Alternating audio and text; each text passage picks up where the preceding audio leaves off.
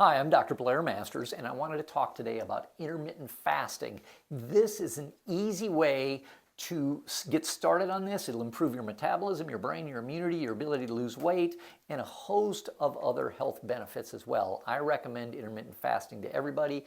It has been shown to be extremely good for you. So let's get into this here. You've got basically two engines in your body, and I'm making this a lot more simple than it actually is. But you've basically got two engines.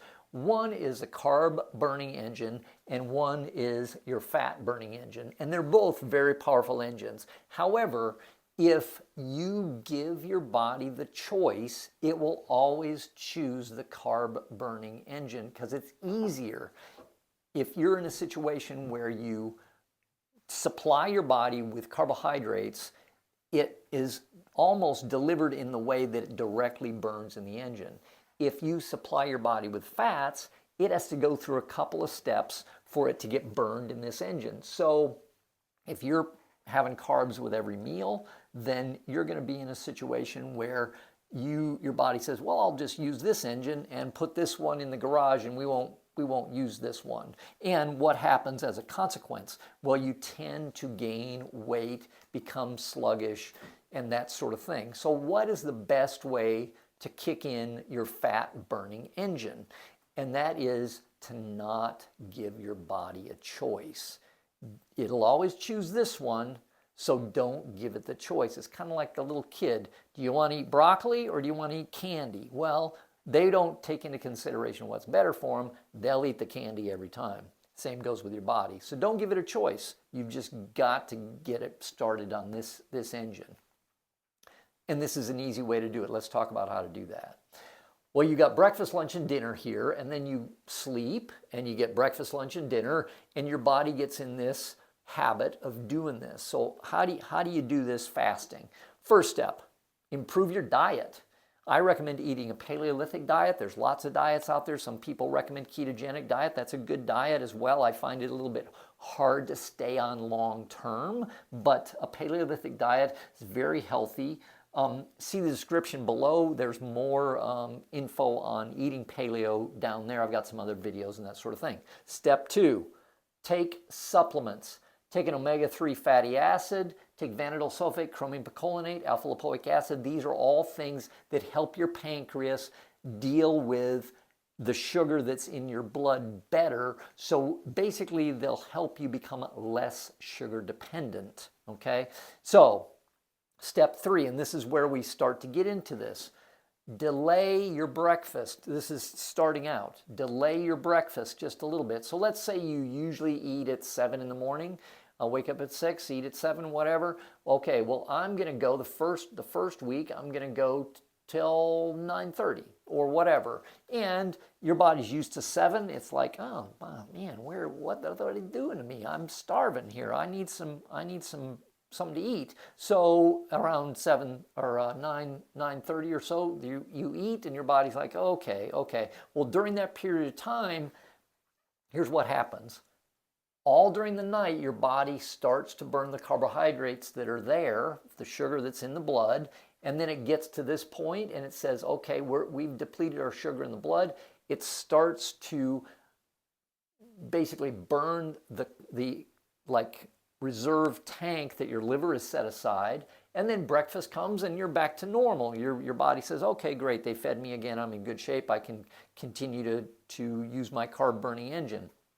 Well, when we delay this, your body says, it gets to where you usually eat breakfast and your body says, whoa, they are not feeding us. What is the problem? What's the situation here? So, okay, I don't know what the problem is. I've got to start burning other fuels, and it starts looking at your fat deposits for energy. Now, your body's not going to like this because it's used to getting carbohydrates, so you're going to get maybe cranky, you're going to get seriously hungry, you're going to be in a situation where some people get weak or that sort of thing. We'll talk about what to do in those stages here in a minute.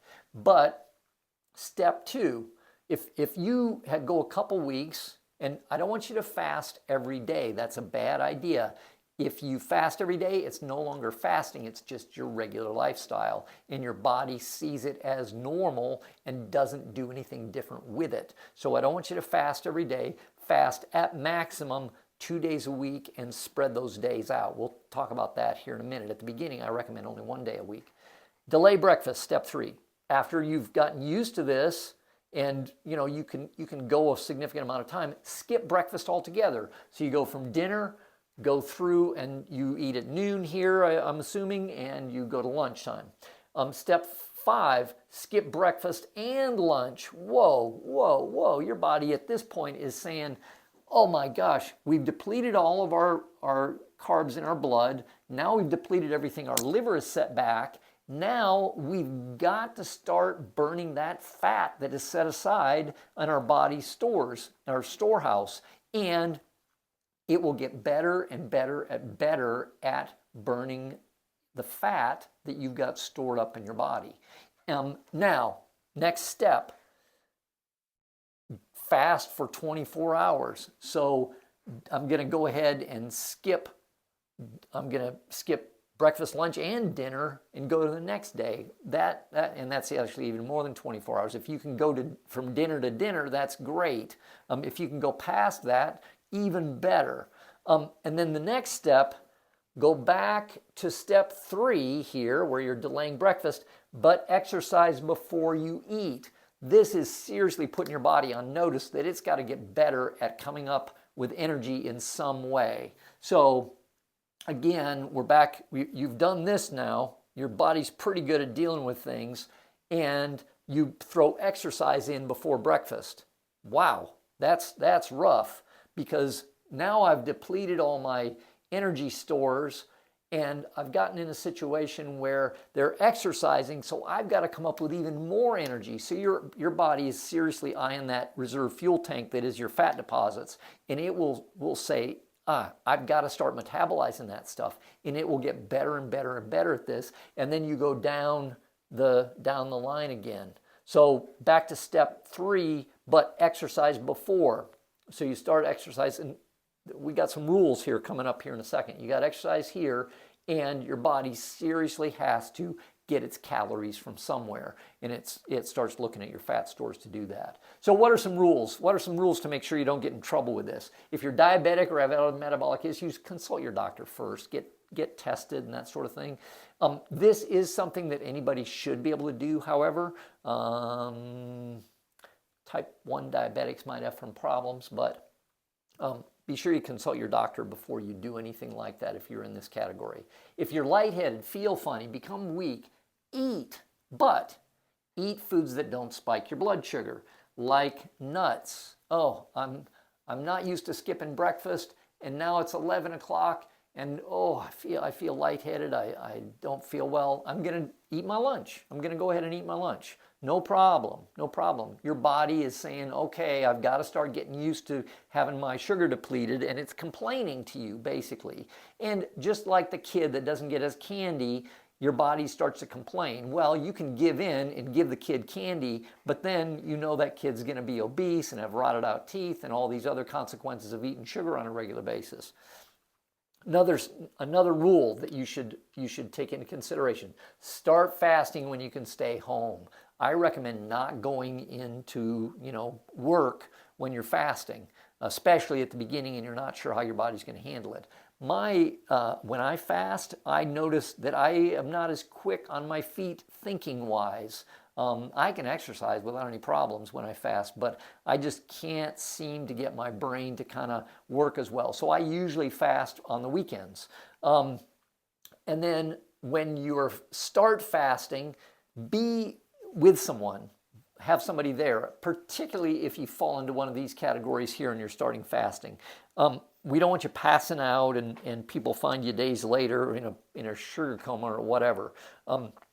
You need to be in a situation where you have somebody that can watch after you, particularly at the beginning when you start fasting.